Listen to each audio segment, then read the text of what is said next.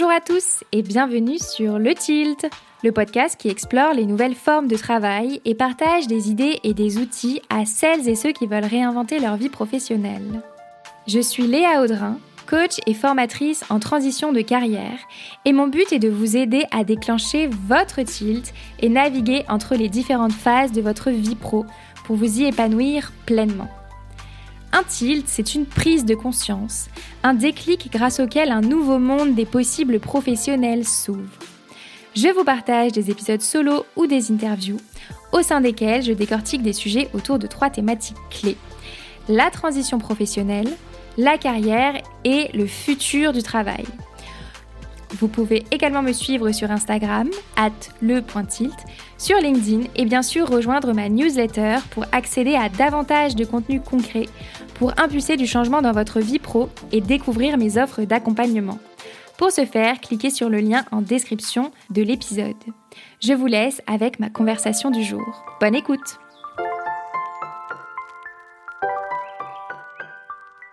Ce mois-ci, sur Le Tilt, c'est le mois spécial IA et travail. Une série de 4 épisodes dédiés à une question devenue incontournable.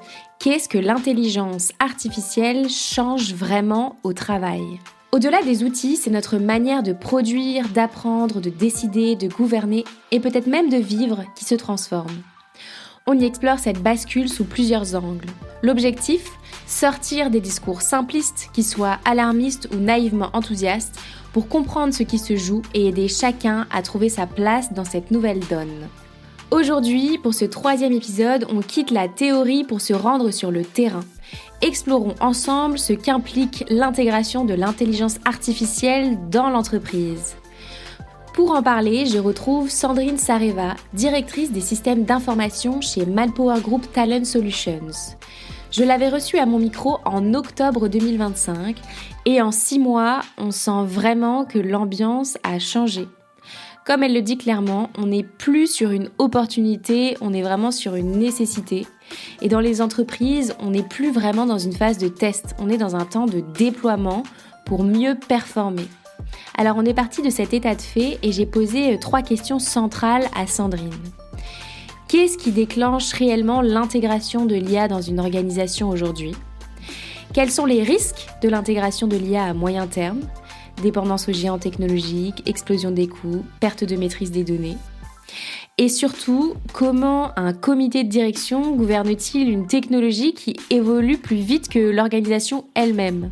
Cet épisode du Tilt est sponsorisé et réalisé en partenariat avec Manpower Group Talent Solutions, qui accompagne depuis plus de 20 ans les entreprises et les talents face aux grandes mutations du marché de l'emploi.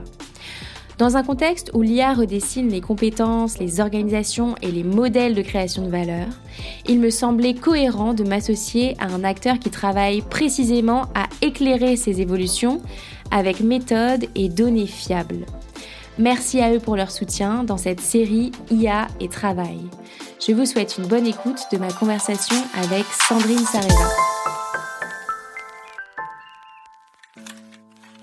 Bonjour Sandrine. Bonjour Léa. Bienvenue sur Le Tilt.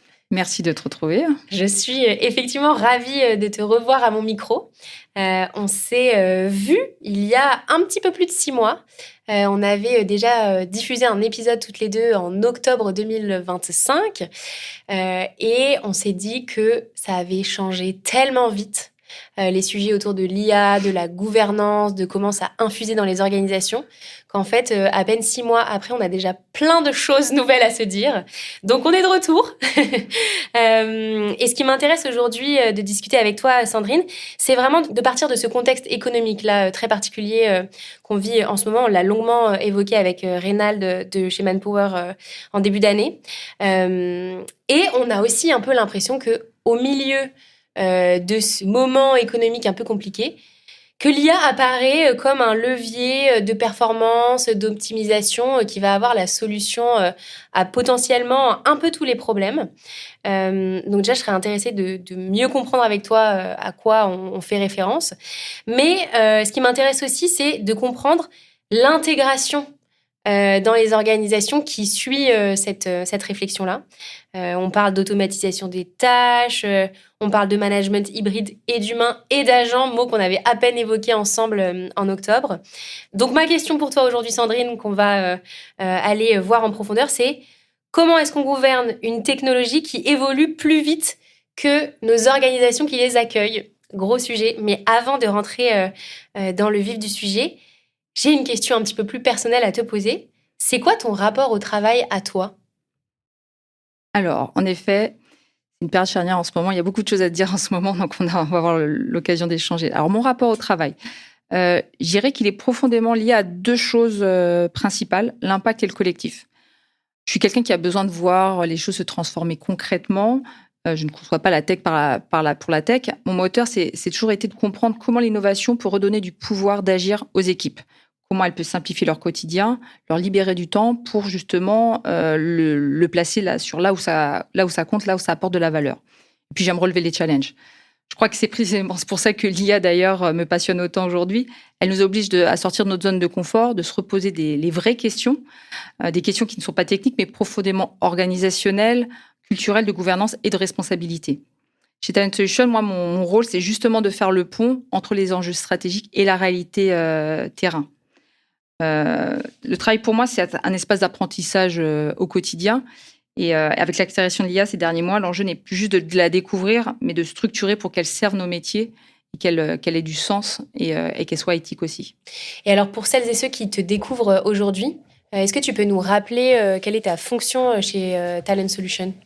Alors moi, je suis DSI, donc directrice des systèmes d'information, et aussi avec un angle innovation par rapport à la partie technologique. Donc, j'accompagne les métiers à leur donner les solutions pour mettre en œuvre leur métier au quotidien. Donc, l'IA également en fait partie. Alors du coup, tu es la personne idéale pour répondre à ma première question. Dans la réalité des entreprises que vous accompagnez aujourd'hui, quels sont les principaux déclencheurs d'un projet IA? Qu'est-ce qui fait qu'on y vient à l'intelligence artificielle?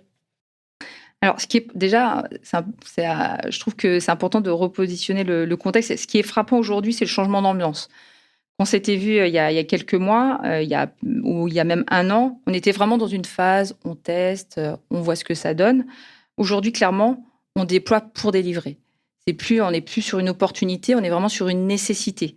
Le déclencheur numéro un, à mon sens, c'est la pression économique. Et c'est ce qui a changé, ce qui a accéléré en fait la propagation, le déploiement de l'IA. Beaucoup de ces secteurs ont dû réduire la voilure, restructurer, absorber des volumes importants, même voire réduire leurs effectifs.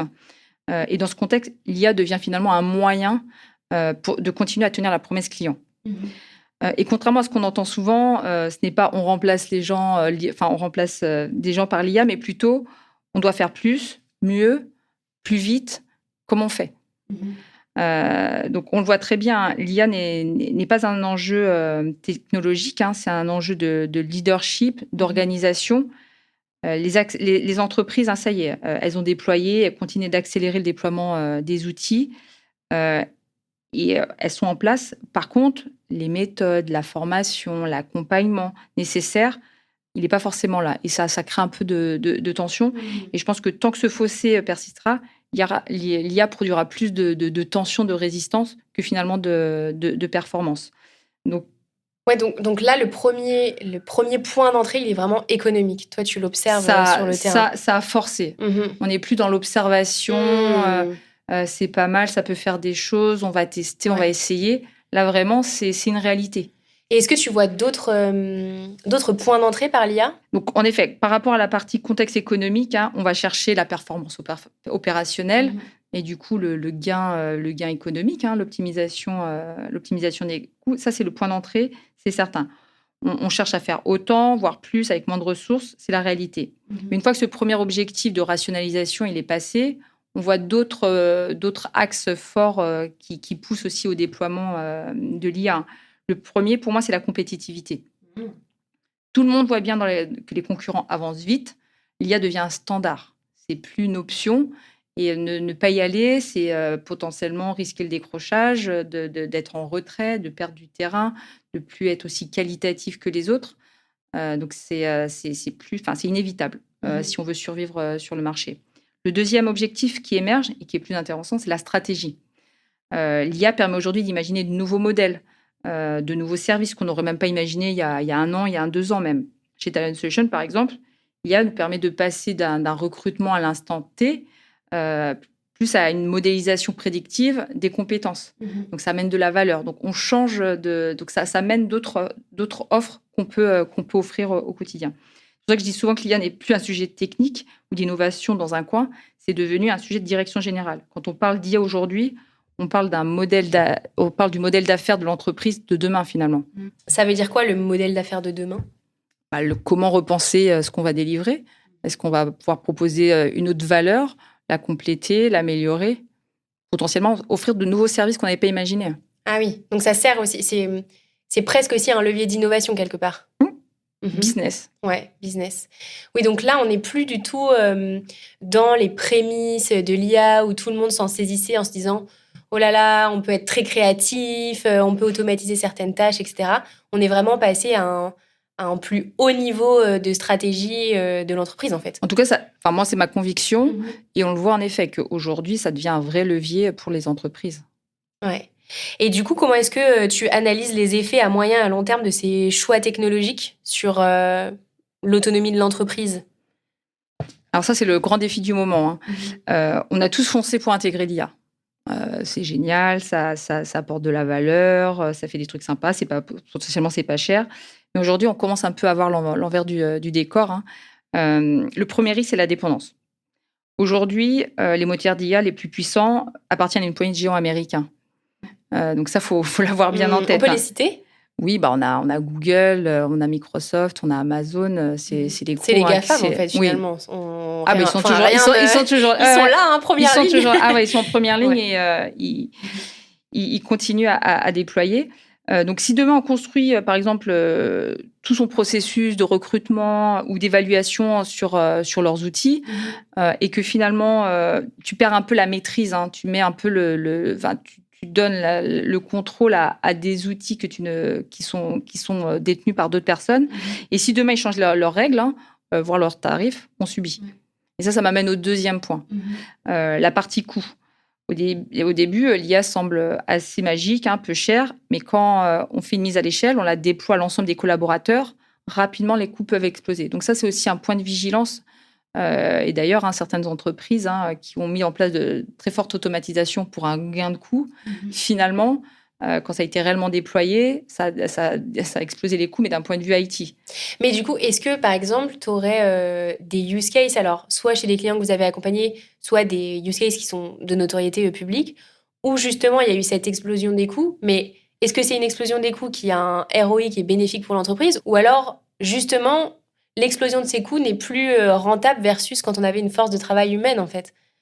Alors là, déjà, à ce stade de la partie, qu'on déploie de l'IA et qu'on fait une mise à l'échelle et que ça coûte très cher, on n'a même pas forcément touché aux effectifs. On déploie des choses de manière massive pour amener du confort, pour amener un peu de gain de productivité. Mais dès que c'est utilisé de manière intensive, rapidement, ça peut monter assez rapidement. Donc, c'est juste que ce qui avait été imaginé, quelque chose de simple, pas cher, rapide, au final, quand c'est vraiment mis de manière intensive et intégré dans nos processus, ça peut monter la facture. Est-ce que tu as un métier ou un process en exemple que tu peux nous donner pour qu'on comprenne de quoi on parle ? Pour vous donner un exemple, quel exemple je pourrais donner ? Par exemple, je ne sais pas, imaginons, on met un chat dans l'entreprise pour accompagner les nouveaux arrivants parce qu'on voit que la montée en compétences des gens pour appréhender le contexte d'une entreprise, ça prend énormément de temps, c'est chronophage. On peut imaginer, on met un chatbot qui, derrière, tu arrives dans l'entreprise, tu poses tes questions et c'est un petit peu ton coach, la personne qui t'accompagne. Si derrière ton modèle tu l'as mal ficelé ou que tout le monde s'amuse à lui poser tout et n'importe quoi, derrière en fait tu vas consommer de l'IA. Et donc ça c'est la consommation, c'est au jeton. Donc ça peut rapidement exploser les coûts. C'est un exemple, c'est pas le plus parlant, mais en tout cas voilà, c'est juste que quelque chose que tu mets en œuvre quand il va être vraiment utilisé de manière intense, ça peut générer des impacts coûts non négligeables. Ok, donc tu disais les effets à moyen long terme, c'est la dépendance stratégique, La partie les coûts, qui est vraiment... d'ailleurs, ça fait naître d'autres métiers, des gens qui vont surveiller et optimiser l'usage de l'IA. C'est des nouveaux métiers qui émergent. Ça fait émerger de nouveaux métiers. En IT, on parle ça de FinOps, donc il y a aussi donc, l'aspect financier, comment optimiser la partie finance de l'IT. Et il y a aussi la souveraineté des données. Et ça, c'est pas négligeable non plus, surtout dans le domaine des RH. Chez Talent Solutions, on manipule des parcours de vie, des compétences, des évaluations. C'est des données ultra sensibles. Aujourd'hui, on ne peut pas se permettre de laisser ces données à l'externe sans maîtrise. Pour moi, la vraie solution pour garder son autonomie, c'est la sobriété. Il faut utiliser l'IA là où on en a réellement besoin. L'usage excessif, c'est le meilleur moyen de perdre le contrôle aussi bien de ses données et de ses coûts. Donc l'enjeu aujourd'hui, c'est de trouver le bon équilibre. Utiliser l'IA, oui, mais bien jauger et garder le contrôle absolu, bien sûr, des décisions. Mais ce que tu dis là sur la sobriété, c'est vraiment hyper intéressant. J'ai pas l'impression que ce soit la valeur phare qui vient avec les discours autour de l'IA. Ça va devenir de plus en plus prégnant, cet aspect-là, parce que, comme je disais, c'est que tant qu'on était dans l'expérimentation, ça reste isolé. Dès que c'est mis à grande échelle, il va falloir faire des choix. On va plus pouvoir continuer à utiliser l'IA pour tout et n'importe quoi. On va vraiment faire le choix de la mettre là où ça va amener de la valeur, où là, il y a réel impact. Là, il va y avoir un gain pour l'entreprise. J'ai une question qui me vient en t'écoutant pour que et moi et les auditeurs qui nous écoutent comprennent bien. Admettons que vous ayez une entreprise cliente et qu'elle décide d'investir sur plusieurs chantiers IA. On est d'accord que, dépendant des outils, etc., ça peut faire appel à différents outils, différents providers d'IA. Bien sûr. Donc la data, elle peut aussi être éclatée. Elle peut être chez plusieurs typologies de personnes qui provident l'IA. Nous, après, on accompagne surtout, c'est le changement. Comment on accompagne les collaborateurs à la prise en main, quels vont être les impacts sur les métiers. En effet, la partie déploiement de l'outil, c'est un sujet technique qui répond à des besoins, mais nous, on n'accompagne pas sur le déploiement des outils. On peut mettre en œuvre des outils qui vont aider, mais voilà, la valeur de Talent Solutions et l'accompagnement qu'on met en œuvre, c'est comment on appréhende ça, sur quoi on veut, là où on veut en mettre aussi, parce que ça va apporter de la valeur, mais pas sur le déploiement en lui-même. C'est pas nous qui allons faire le déploiement à l'échelle d'une entreprise de la stratégie de déploiement de l'IA. Et du coup, c'est quoi les leviers, justement, une fois que ce déploiement est fait, c'est quoi les leviers en interne pour que les gens se forment, s'acculturent à ces outils-là? Déjà, c'est pour ça que c'est un petit peu les enjeux aussi quand on discute avec les comités de direction. C'est important que on donne du sens et qu'on définisse bien si on met de l'IA, on la met pourquoi, pour apporter quelle valeur, pour justement après, une fois qu'elle est déployée, qu'on puisse accompagner la prise en main et la compréhension pour adhérer. Parce que pousser IA ou pas IA, peu importe la solution, le challenge, ça va être de comprendre et d'adhérer. Et c'est surtout là l'enjeu. Donc là, toi, tu interviens auprès de pas mal de comités de direction, justement sur ces sujets IA. Tu disais des points clés qui peuvent être discutés dans les premières discussions, c'est la question du sens, de l'acculturation, etc. Est-ce qu'il y a d'autres points clés que vous mettez sur la table quand vous parlez IA pour la première fois avec un COMEX? Alors, première chose moi, que je dis à un COMEX, c'est arrêter de regarder l'IA comme un projet informatique. C'est un projet d'entreprise. C'est essentiel. Tant qu'on n'a pas cette prise de conscience-là, on passe à côté des réels enjeux. Le point clé que je mets sur la table, c'est l'alignement justement entre la stratégie de l'IA qu'on va mettre en œuvre avec la stratégie de l'entreprise. L'IA sert la stratégie de l'entreprise. Et la question impérative qui doit se poser, ce n'est pas quel outil on achète, parce que finalement, les solutions, il y en a plein, mais quel problème majeur dans l'entreprise l'IA va-t-elle résoudre, sur laquelle elle va se pencher ou qu'elle va améliorer? Et est-ce qu'on est prêt surtout à changer les processus métiers? Parce que c'est une vraie transformation. Tu fais écho aux objectifs dont on parlait en début de discussion. Donc, pourquoi est-ce qu'une organisation va investir sur l'IA? Mais aussi, comment ils vont porter ensuite la décision, dans l'organisation. Et tant qu'on n'a pas cette, entre guillemets, boussole métier, on ne sait pas où on va la mettre, cette fameuse IA. Et pour faire, je disais, la sobriété, c'est surtout ça qui est important, parce qu'on n'est plus dans l'expérimentation. On teste on fait des petits POC, on teste certaines choses dans un coin. C'est vraiment un déploiement qui va vraiment aider l'entreprise à être un différenciant, à gagner en efficacité. Donc, c'est très important de bien s'aligner avec les objectifs visés. Sinon, on va saupoudrer un peu de technologie un peu partout et on n'aura pas le ROI, on n'aura pas l'effet escompté dans l'autre sens.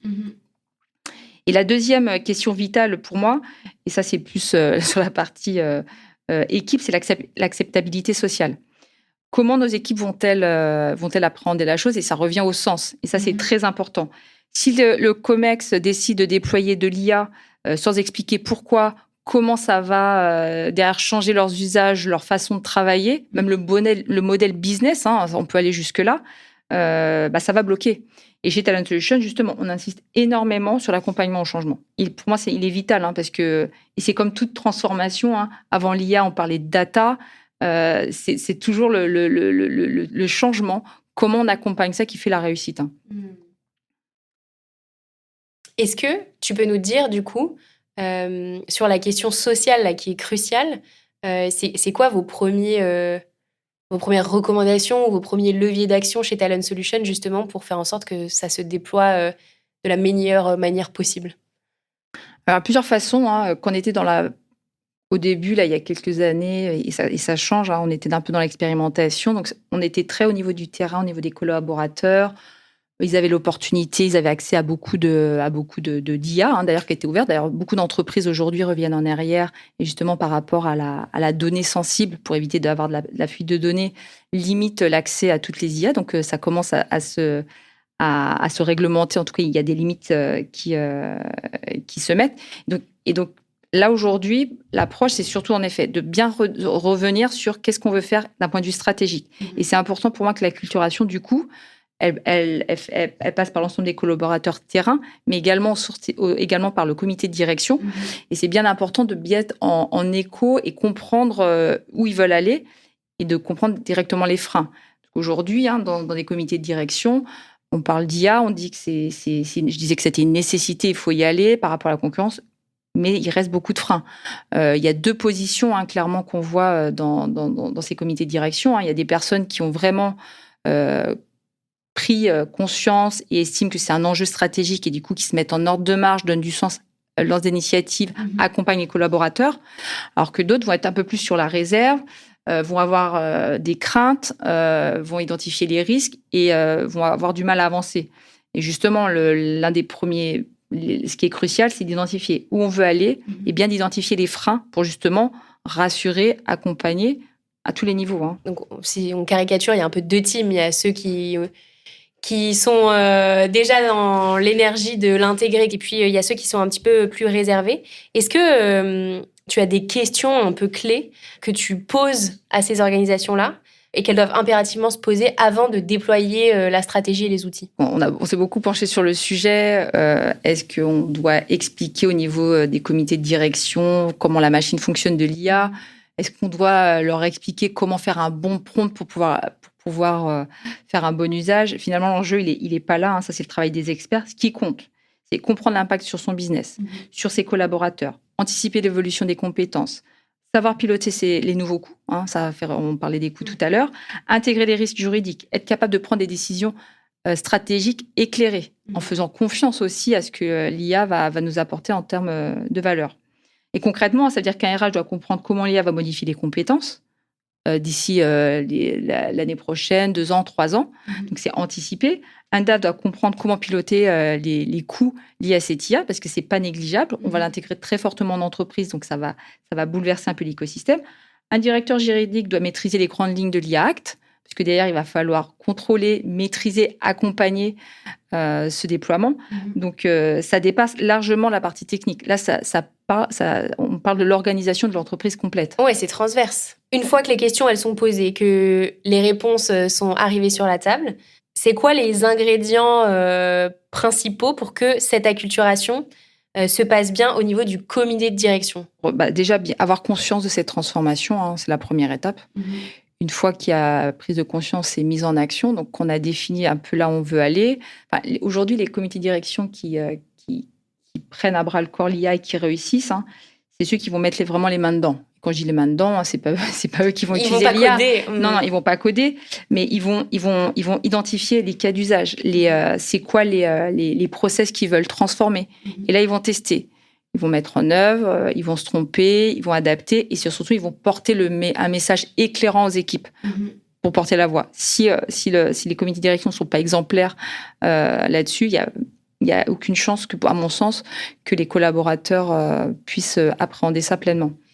Et alors, nos auditeurs ne te verront pas parce que c'est de l'audio, mais tu faisais un geste avec tes mains tout à l'heure en parlant du COMEX en haut et puis des collaborateurs qui peuvent aussi remonter les cas d'usage. Et c'est les deux, hein. C'est un cercle vertueux. Il y a une direction stratégique. L'IA s'inscrit dans la stratégie d'entreprise, donc il faut qu'elle soit définie au plus haut et après, en effet, soit diffusée et soit alimentée par les sachants qui sont ceux qui vont la mettre en exécution. Et ça, forcément, il va y avoir une direction qui va être donnée, mais après, comment la mettre en œuvre, sur quel cas d'usage, comment l'adapter, ça sera au niveau de terrain, au niveau de chaque métier, au niveau de chaque sachant. Oui, c'est ça. C'est que l'un ne peut pas faire sans l'autre, en fait. Non. Ça met en branle toute l'entreprise. En quoi on n'est plus uniquement sur un sujet informatique avec l'IA ? Parce que l'IA, le sujet technique, c'est le moteur. Donc, le moteur, il est là. Il va continuer à s'améliorer. Chaque mois, chaque semaine, il y a des nouvelles choses qui sortent, qui ont des impacts d'ailleurs sur certains business de certaines entreprises. Donc, le moteur, il est là. Par contre, c'est pas un sujet technique parce qu'il faut savoir la direction où on va. Donc, le COMEX reste à la manœuvre. Donc, c'est en ça que c'est pas un sujet technique. C'est un moyen qui permet d'aller, qui permet de faire plus de choses, d'aller au-delà de ce on a pu imaginer jusqu'à présent. Mais c'est il faut l'orienter, il faut le guider, il faut lui donner du sens, il faut l'appréhender, il faut l'adapter parce qu'on apprendra, on grandira au fur et à mesure de l'utilisation. Et alors, tout à l'heure, tu évoquais l'IA Act. Effectivement, le cadre européen qu'on a autour de l'intelligence artificielle, c'est un cadre qui pose les règles du jeu, on va dire. Ça change quoi, l'IA Act, dans la manière dont les entreprises européennes peuvent concevoir et déployer des solutions d'IA ? Ça change beaucoup de choses. On sort un peu du Far West, si je puis dire comme ça. On testait, on déployait, puis après, on voyait ce que ça faisait. L'IA Act, aujourd'hui, impose un cadre assez clair et basé sur des niveaux de risque. On en avait parlé rapidement la dernière fois. Ce que ça change concrètement pour les entreprises, c'est qu'elles ne peuvent plus concevoir une solution IA sans intégrer la conformité dès le départ. D'ailleurs, on appelle ça le compliance by design. Aujourd'hui, et c'est particulièrement vrai dans le secteur des RH, l'IA classe les systèmes d'IA utilisés pour le recrutement, l'évaluation, les gestions de carrière comme un système à haut risque. Oui, tu nous avais parlé la dernière fois de la pyramide. Donc, on est toujours là-haut. Ouais, on n'est pas redescendu. Donc, ça veut dire quoi ? Ça veut dire on peut pas utiliser l'IA comme une boîte noire. Ça demande des décisions peuvent être automatisées, mais toujours sous contrôle humain. Ça reste toujours. Et on doit aussi pouvoir expliciter le modèle, il faut qu'il puisse être auditable. Ça veut dire quoi ? On doit garantir la transparence, la traçabilité des données. Donc, il y a vraiment... on doit éviter les absences. On doit éviter, c'est pas éviter. On a interdiction d'utiliser des biais discriminatoires et on doit maintenir la supervision humaine. C'est vraiment ça ce qui prédomine par rapport à ce système qualifié de haut risque. La machine propose, mais l'humain, il doit décider. Et ça, on doit le prouver. C'est-à-dire ? Comment est-ce que c'est prouvable ? On doit le documenter. Et c'est pour ça que c'est dès le départ. C'est pas je teste, je déploie, et puis après je vois ce qui est, puis on le déploie à grande échelle ou pas. Non. C'est dès la conception, on doit se poser ces questions-là pour justement concevoir le système qui va répondre à ces exigences-là. Et ça, c'est très différent par rapport à des pays où il n'y a pas ce genre de contraintes. C'est plus facile, ça va plus vite. Du coup, ils déploient, ils réajustent, ils corrigent. Nous, dès le départ, on doit se poser des questions. Donc forcément, au démarrage, on va être plus loin. Finalement, mais je trouve que c'est pas plus mal que ça. Moi, j'en vois vraiment une opportunité. On est en train de construire un label de confiance parce qu'on est en train de faire une IA, mais réfléchie. qui va pas partir dans tous les sens, qui sera contrôlé pour éviter justement des dérives. Mais j'ai reçu à mon micro Ronnie Germont dans l'épisode juste avant le tien, là, sur le mois de l'IA. Et ce que je retiens vraiment de notre discussion, c'est le sujet de l'éthique et de l'esprit critique. Et effectivement, tu le disais tout à l'heure, hein, il y a des risques de dépendance, il y a des risques de data qui sont hébergés chez des entreprises qui sont sur d'autres continents, etc. Et le fait que l'humain doit être au cœur de la décision, etc., c'est aussi un pare-feu au biais et au fait de se faire déposséder de décisions qui ont beaucoup d'impact, finalement. Ouais. Exactement. Et c'est pour ça que je le vois pas du tout comme un frein, même si d'un point de vue déploiement, dans le temps, c'est vrai que ça prend un peu plus de temps. Mais au final, je pense qu'on construit sur la longueur et sur la durée. Hein. C'est plutôt rassurant même. Alors, c'est rassurant pour nous, Européens, mais du coup, ça vient quand même avec des problématiques avec nos voisins d'Est et d'Ouest. Comment est-ce qu'on se situe, nous, les entreprises européennes, dans la compétition internationale autour de l'IA, sachant qu'on n'a quand même pas les mêmes règles du jeu que nos homologues américains, asiatiques, par exemple? Donc, clairement, on n'a pas les mêmes règles du jeu, mais sur plusieurs domaines. Hein. Les entreprises américaines ou asiatiques, pour ne pas les citer, ont accès à des capitaux déjà colossaux. On n'a pas du tout les mêmes moyens. Des marchés intérieurs immenses et unifiés. Et surtout, le cadre réglementaire qu'on vient d'évoquer. Donc déjà, de base, on ne part pas du tout avec les mêmes... pas les mêmes chances.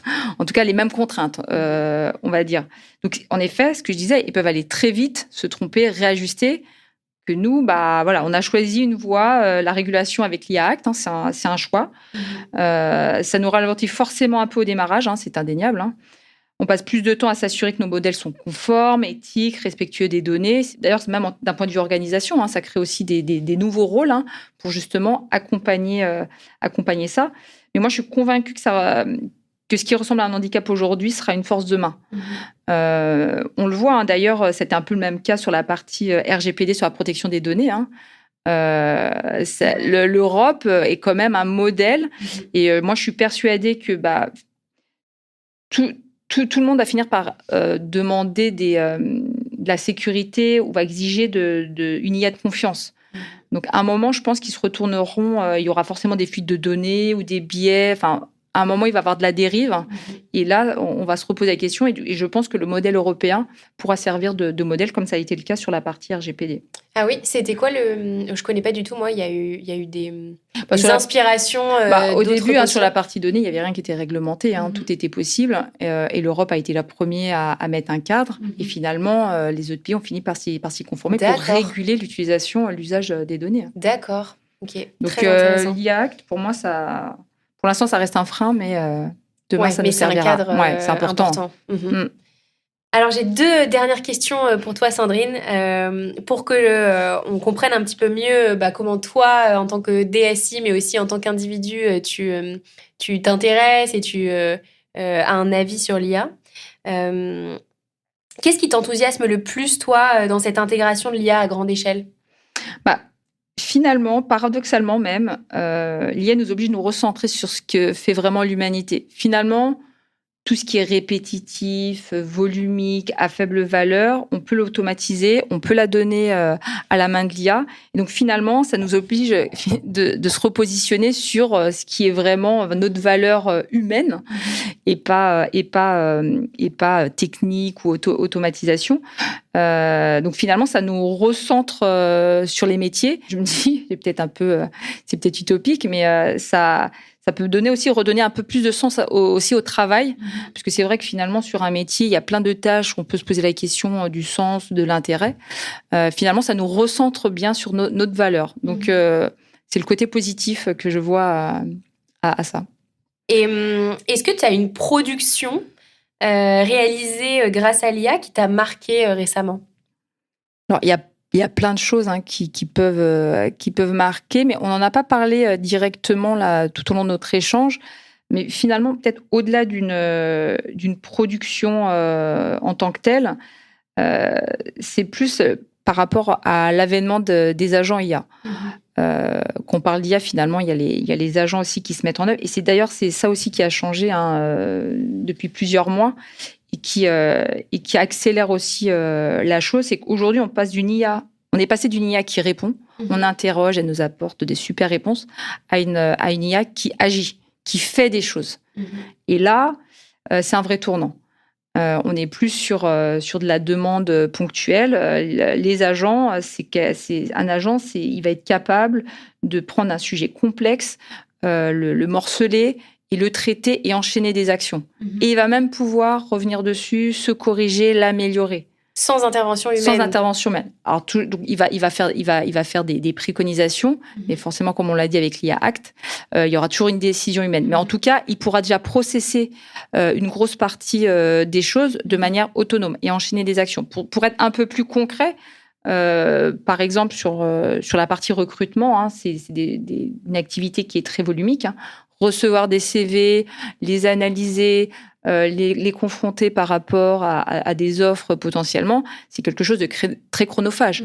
Une entreprise qui reçoit des milliers de CV, ça peut être très volumique et prendre énormément de temps. Il y a des agents, et d'ailleurs c'est un domaine côté RH qui est très fortement utilisé.